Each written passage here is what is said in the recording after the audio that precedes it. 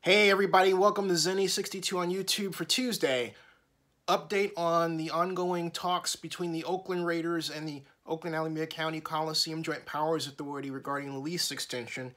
Where it is right now is the structure, I'm told by a very well-placed good friend of mine, is such that the proposed structure is such that it increases by 100% each year to 2020. That's right. So the target date is 2020, not 2019, 2020. So that's the 2020 NFL season. The Raiders don't want to go beyond that to 2021 because they believe that the stadium will be finished and ready and open by 2021. Not 2020, 2021. Okay? So the problem right now for the Raiders is that the increased structure is such that by 2020, as I understand it, their rent would be $6 million, and the Raiders' expression in that, absorbing that initial news, this is still ongoing, is that, well, you know, that's expensive, and it is. Now, you would rightly ask at this point, where is that coming from? And it comes from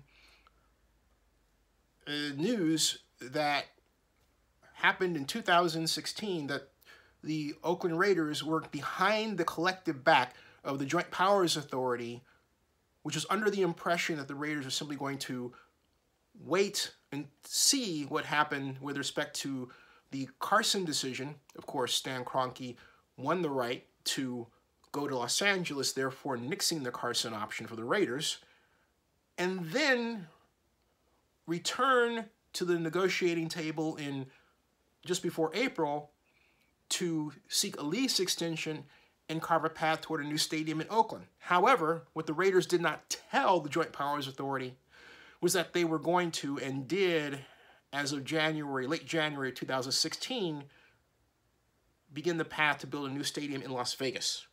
They, the Joint Powers Authority Board, are collectively still very angry about that. So there's a feeling among some, not all board members, that they should get as much from the Raiders as they can because, well, where are they going to go?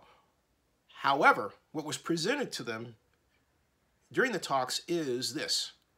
If you don't like that lease increase, talk to Jed York about playing at Levi Stadium for the last year of that term.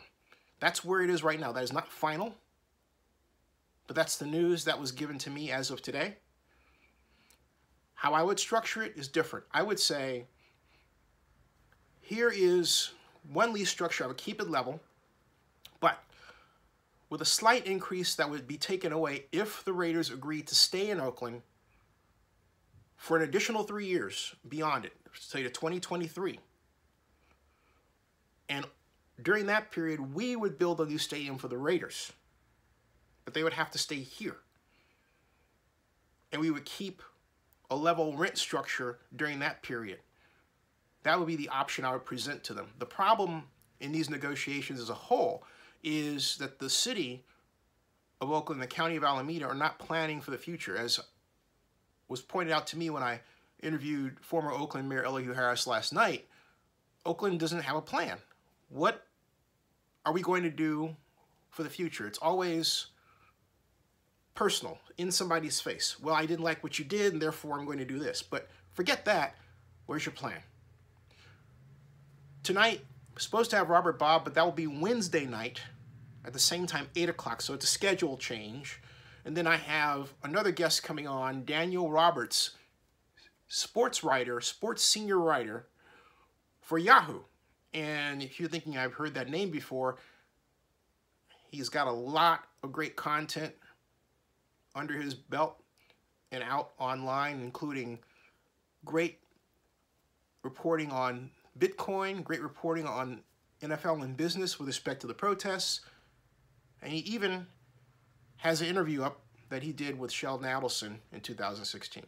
So subscribe to Zenny62. I will be on tonight, but Robert Bob will be on Wednesday night, and I have another guest, John Jones II, Oakland community activist, providing another perspective on Oakland politics and Oakland sports politics coming Thursday night. All right, see ya.